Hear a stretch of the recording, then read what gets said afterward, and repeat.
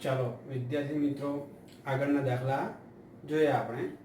હવે સ્વાધ્યાય 1.1 નો જે ચોથો દાખલો છે એની અંદર એક સ્ટેપ નવું છે, તો આપણે એ દાખલો જરાક જોઈ લઈએ. જે આપણે સામાન્ય સૂચકાંક જોયો હતો તે જ સૂચકાંક તે જ રીતે આપણે પહેલા અહીંયા ગણતરી કરવાની છે. શું કહી છે? બળતણને લગતી 5 વસ્તુઓ 2012 અને વર્ષ 2014, અહીં વર્ષ આપણું છે 2012 અને 2014 ના ભાવ રૂપિયા નીચે મુજબ છે. વર્ષ 2012 ને આધાર વર્ષ તરીકે લઈ 12 ને કેવું લેવાનું છે? આધાર વર્ષ તરીકે લેવાનું છે. બળતણની 5 વસ્તુના ભાવનો સામાન્ય સૂચકાંકની ગણતરી કરો. હવે અહીંયા સ્પષ્ટ કીધું છે કયો સૂચકાંક શોધવાનો છે? સામાન્ય સૂચકાંક. જે આપણે આગળ કર્યું તે જ રીતે સામાન્ય સૂચકાંકની ગણતરી કરીશું. હવે અહીં જે સામાન્ય સૂચકાંક ગણીએ છીએ તે તમને વસ્તુઓ આપેલી છે. ગણતરી કરી બળતણની વસ્તુના ભાવ સમગ્ર રીતે કેટલો વધારો થયો છે. અહીં આપેલું છે શું? સમગ્ર રીતે કેટલો વધારો થયો છે તે તમારે જાણવાનું છે. વસ્તુ વીજળી, ગેસ, દિવાસળી, કેરોસીન ને લાકડું. આગળ આપણે જે દાખલો જોયો હતો સામાન્ય સૂચકાંકનો, એની અંદર A B C D આપેલું હતું. અહીંયા આપેલું છે વીજળી, ગેસ, દિવાસળી, કેરોસીન ને લાકડું. ત્યાં સામાન્ય સૂચકાંક આપણે 3 થી 4 વર્ષનો શોધવાનો હતો. અહીંયા ફક્ત એક જ વર્ષનો શોધવાનો છે. ચાલો તો આપણે વસ્તુ અહીં લખી નાખી છે. એકમ વીજળી યુનિટ, ગેસ સિલિન્ડર, દિવાસળી પેટી, કેરોસીન લીટરમાં, લાકડું કિલોગ્રામમાં. હવે વર્ષ 2012 નો ભાવ આપેલો છે. કેટલો? 3, 345, 1, 15 અને 12. 2014 નો ભાવ આપેલો છે 3.5, 370, 1.5, 20 અને 15.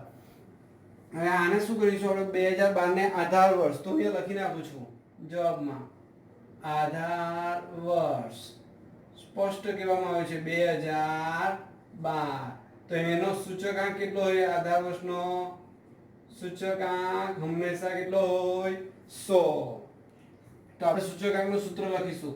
ચાલુ વર્ષનો ભાવ છેદમાં આધાર વર્ષનો ભાવ ગુણ્યા 100.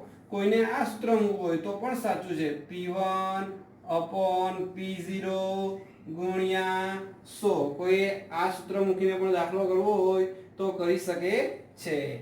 ચાલો તો હવે આપણે સૂચકાંક શોધીએ. 3.5 છેદમાં 3 ગુણ્યા 100.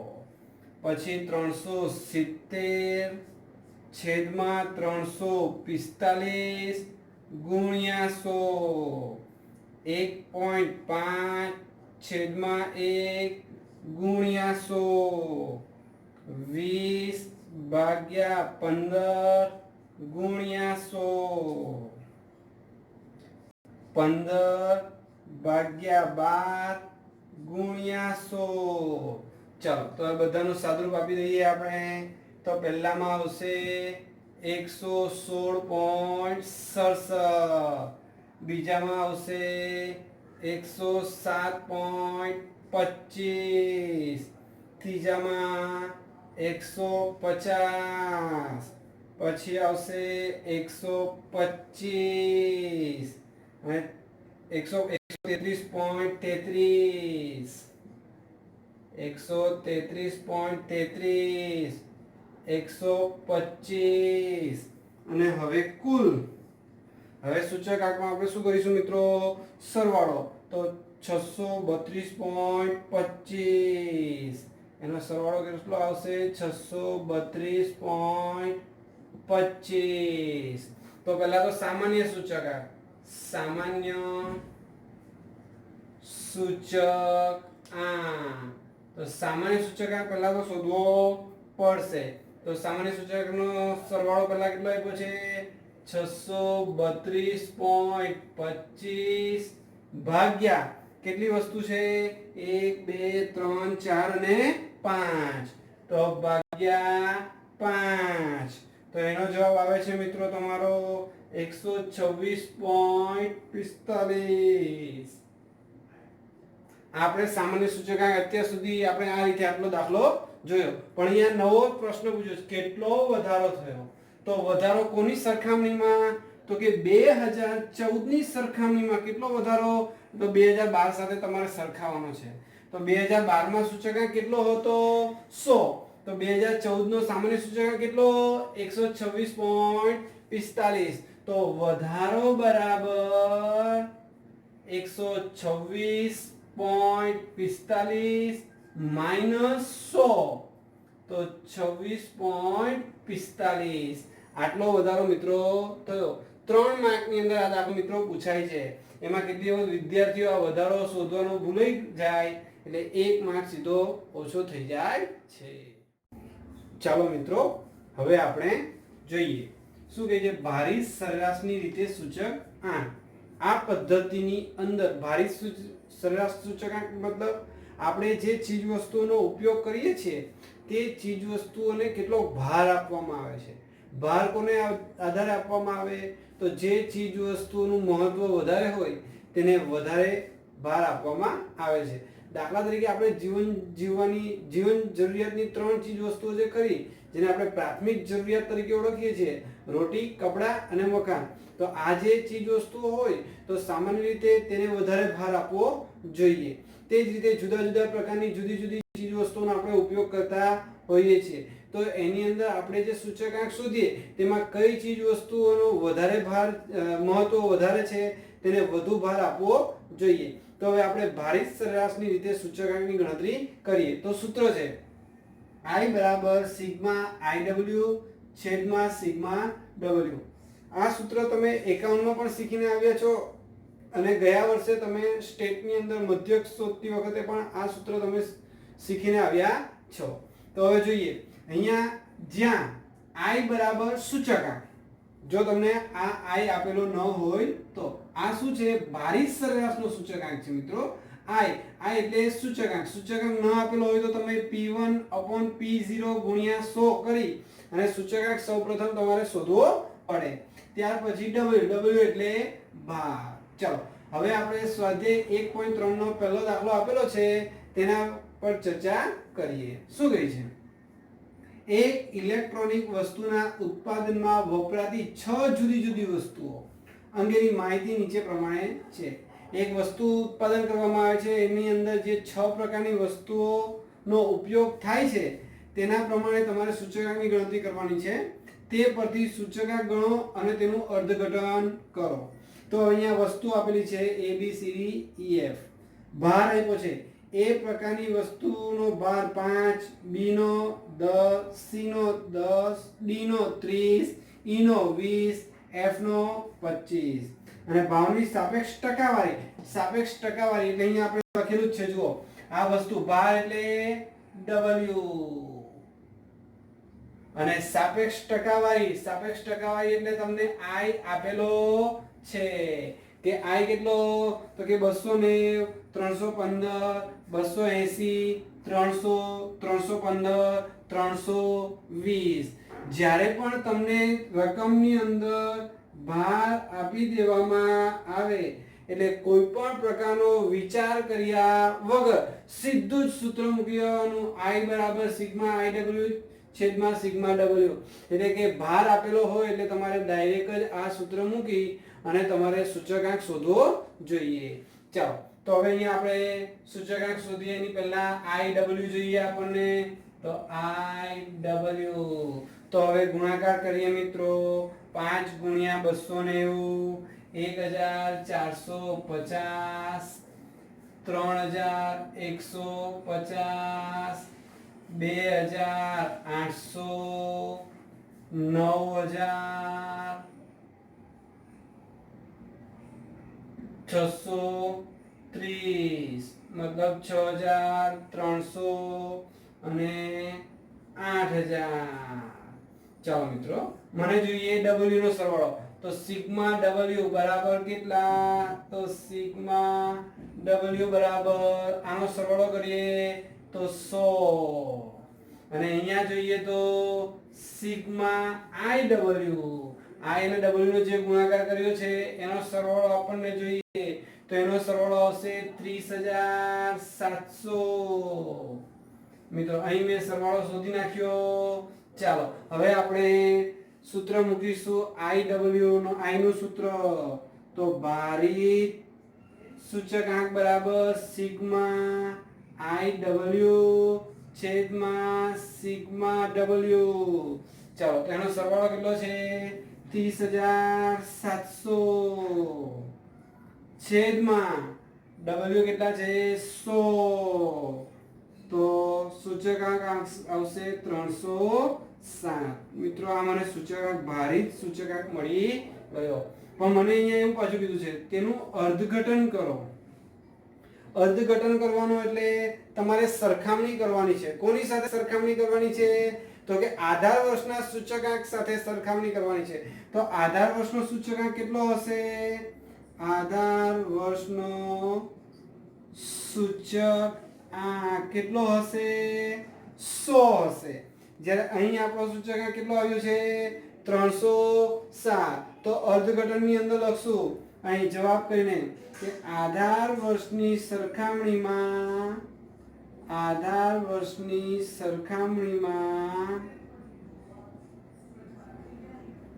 ચાલુ વર્ષે કેટલા ટકા? ચાલુ વર્ષે તો કૌંસમાં બતાવ. ચાલુ વર્ષનો સૂચકાંક 307 માઈનસ આધાર વર્ષનો સૂચકાંક 100 કેટલા? તો કે 207%. કારણ કે સૂચકાંક ટકામાં હોય છે એટલે ચાલુ વર્ષે 207% જેટલો વધારો થયો છે. મિત્રો તમારે અર્થઘટનમાં લખવું પડશે નકર માર્ક તમારા જશે. એટલે ખાસ યાદ રાખજો કે અર્થઘટન કરવાનું કીધું છે એટલે આપણે સરખામણી કરવાની. આધાર વર્ષના કેટલો સૂચકાંક હતો તે અને ચાલુ વર્ષે કેટલો સૂચકાંક છે તે. એટલે યાદ ખાસ રાખવાનું છે કે જ્યારે પણ તમને ભાર આપવામાં આવે ત્યારે તમે સરળતાથી આ રીત કરી શકો છો.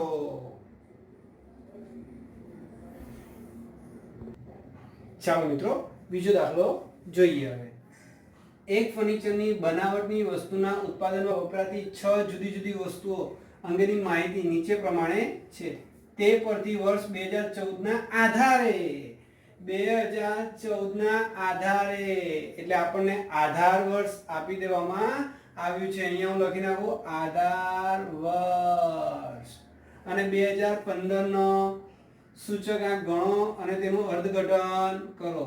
તો અહીંયા મને ખબર નથી પડતી કે મને ભાર આપ્યો છે કે નહીં. હવે મને ખબર પડે છે. જો અહીંયા વસ્તુઓ ભાર એટલે સીધું જ આપણે યાદ કરી લેવાનું સૂત્ર સિગ્મા IW છેદમાં સિગ્મા W. પછી ભાર પછી 2014 નો ભાવ એટલે કે આધાર વર્ષ. પછી 2015 નો ભાવ ચાલુ વર્ષ. જે પાછલું વર્ષ હોય તેને આપણે કહીએ છીએ P0 અને ચાલુ વર્ષ આપેલું હોય તેને આપણે કહીએ છીએ P1. તો અહીંયા વસ્તુ આપેલી છે A B C D E અને F. ચાલો ભાર એટલે W 17 15 22 16 12 18. 2014 નો ભાવ 30 20 50 32 40 16. P1 આપ્યો છે 24 70 40 48 અને 24. આગળના દાખલામાં અને આ દાખલામાં શું ફરક છે મિત્રો? તો આગળના દાખલાની અંદર આપણને આ 2014 નો ભાવ અને 15 નો ભાવ આપ્યો છે તે નહોતો આપેલો અને એ લોકોએ ડાયરેક્ટ આપણને સૂચકાંક આપેલો હતો. જ્યારે અહીંયા આપણને ભાવ આપેલો છે એટલે પહેલા તો મારે સૂચકાંક શોધવો પડે. સૂચકાંક બરાબર I બરાબર P1 upon P0 ગુણ્યા 100. આ સૂત્ર મૂકી અને મારે સૂચકાંક સૌપ્રથમ શોધવો પડે. તો ચાલો સૂચકાંક શોધી નાખું. 24/30 ગુણ્યા 100. 24/20 20 ગુણ્યા 100,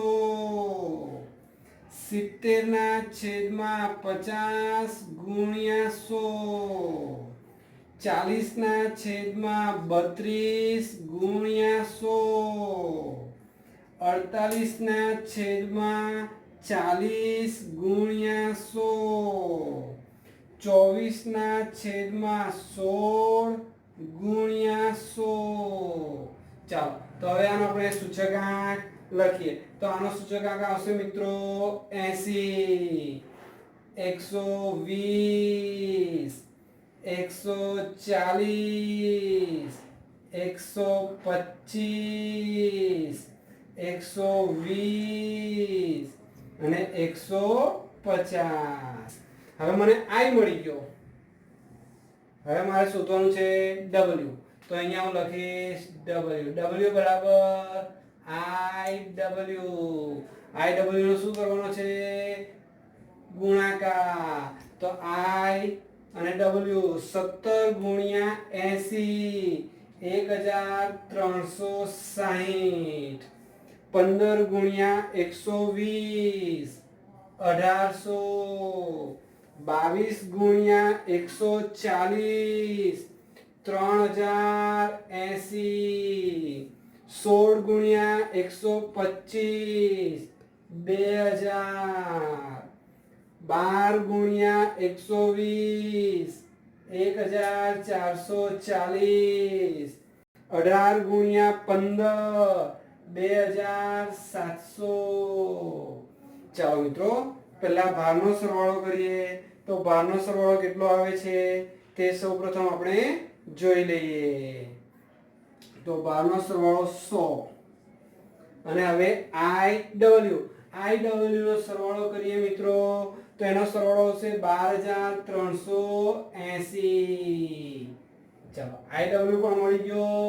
તો હવે અહીંયા આપણે લખીએ I ભારિત સૂચકાંક બરાબર સિગ્મા IW છેદમાં સિગ્મા W. તો IW આપણો સરવાળો આવે છે IW નો 12380 છેદમાં સિગ્મા W નો સરવાળો આવે છે 100. તો 123.80. પાછું મને અહીંયા કીધું છે અર્ધઘટન. તો આધાર વર્ષનો સૂચકાંક કેટલો હશે મિત્રો? આધાર વર્ષનો સૂચકાંક 100. આધાર વર્ષનો સૂચકાંક કેટલો હશે? 100. તો અમારે અર્ધઘટન કરવા માટે શું કરવું પડશે? આધાર વર્ષની સરખામણીએ